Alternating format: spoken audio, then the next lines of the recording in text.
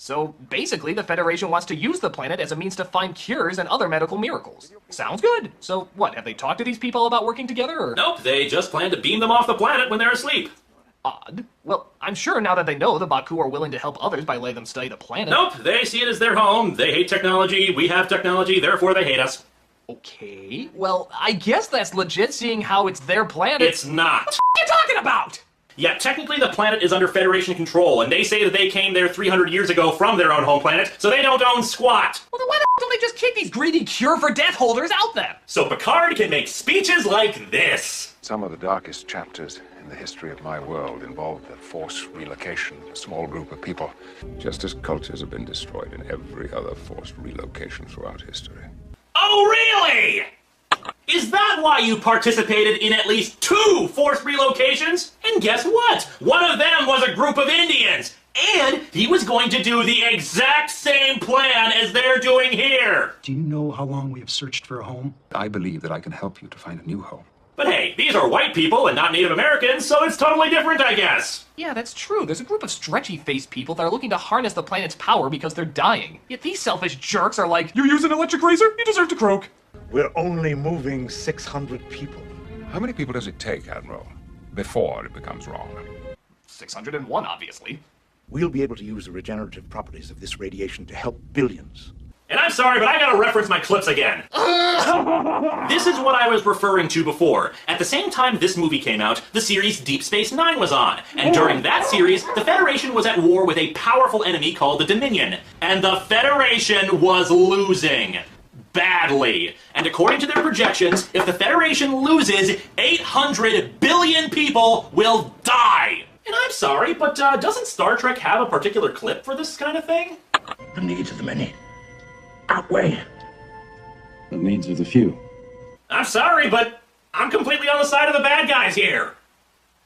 Critic?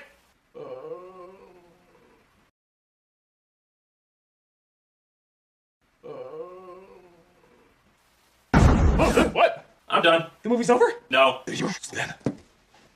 Alright, so Picard decides to go down alone. If he's going down alone, why does he have all those guns? He can't carry them all, and the Baku already said that they won't use weapons. Well, because he knows his crew is gonna throw the same that every Star Trek crew throws. I don't want you to come. We're coming. Okay.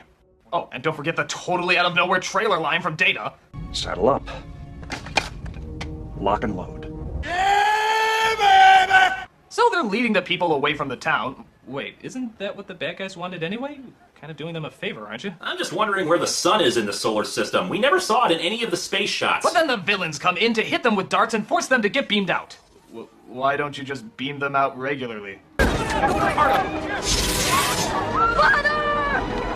But they get away. I'm guessing they just sort of cut off screen and then they're somewhere else, as Data tries to comfort the boy who just lost his father. Do machines ever play? Yes. I play the violin. Look, if you want to know what it's like to be a child, you need to learn to play. Oh yeah, he sounds traumatized. Hey, now, everybody treats grief differently. Some choose to accept it by not realizing they have it at all. We also see Picard and boring woman who won't be in any future movies, so it doesn't matter, start to hit it off. I should warn you, I've always been attracted to older women.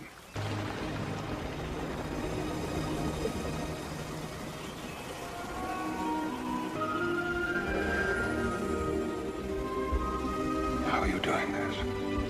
No more questions. Yeah, questions! Lots of questions! Yeah, this is science fiction. At least some questions have to be answered. Nothing? Nothing at all? Okay, she's a wizard. Anyway, we see more Mega Man robots catch up with them, and they try hiding in a cave. Thanks for saving us with your technology. By the way, we hate technology. While that's going on, the bad guys are attacking the Enterprise while Riker tries to escape them. Do you ever notice a pattern in these movies? Picard leads the ship, and Riker always destroys it. Computer, access manual steering column.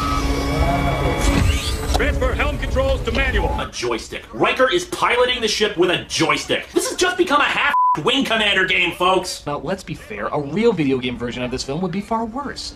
Do you think the moving of 600 people to save 800 billion people is ethically sound? You have selected yes. You are, of course, wrong. Game over. But they then get stuck in a cave, and a bunch of rocks fall on top of that boring lady. Picard then says dialogue that even Rick Astley wouldn't put in one of his love songs. Stay with me. Help me find the power to keep you in this moment. Stay with me.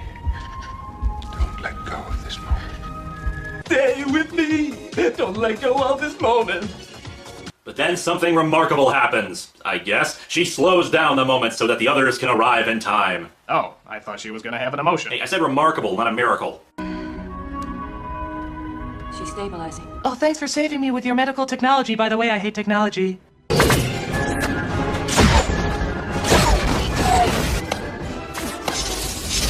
I'm sorry, I'm still wondering what happened to that blue guy. Were they important theories? Would they change the dynamics of anything?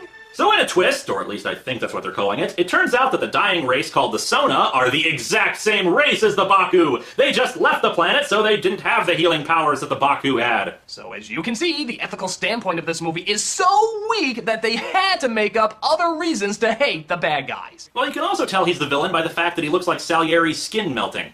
Oh yeah, I forgot. That's F. Murray Abraham, isn't it? It's okay, I think even he forgot he was F. Murray Abraham in this picture. Moving them is one thing, killing them all. No one hated them more than you, Golda.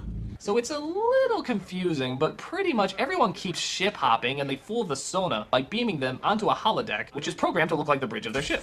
They just happened to have that program in there? No more questions, Linkara. Unable to comply. Injector Assembly 1 has been deactivated. He screams like a baby elephant and then goes over to the collector device for the rings, and then Picard beams over there and they have a really action scene, blah blah blah. You're really going to risk igniting the exhaust? All right. I will! Most useless villain ever!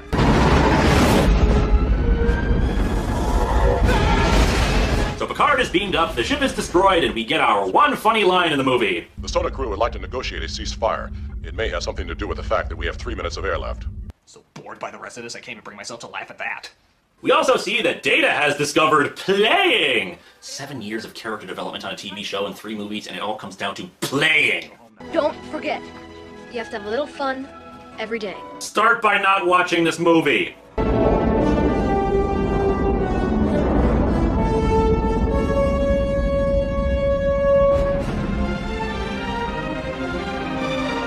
Linkara, I'm not gonna lie, I do think that's the worst one. You see?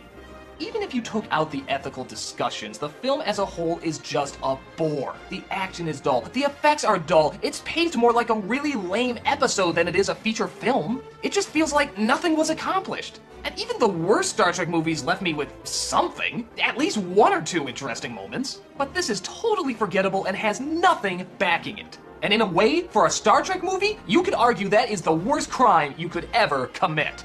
Oh, wait, we still have all the problems of Nemesis to go through, and I'm not just talking continuity errors here. Oh, golly, Linkara, have you no heart? Hey, why don't you turn off the TV? Oh, I got plenty of... What the Alright, sci-fi guy, you've been there long enough. I think you've learned your lesson. What lesson? I didn't do anything. You want to go back in the corner? No. Well, thanks everybody for joining me for Star Trek Month. I hope you enjoyed it.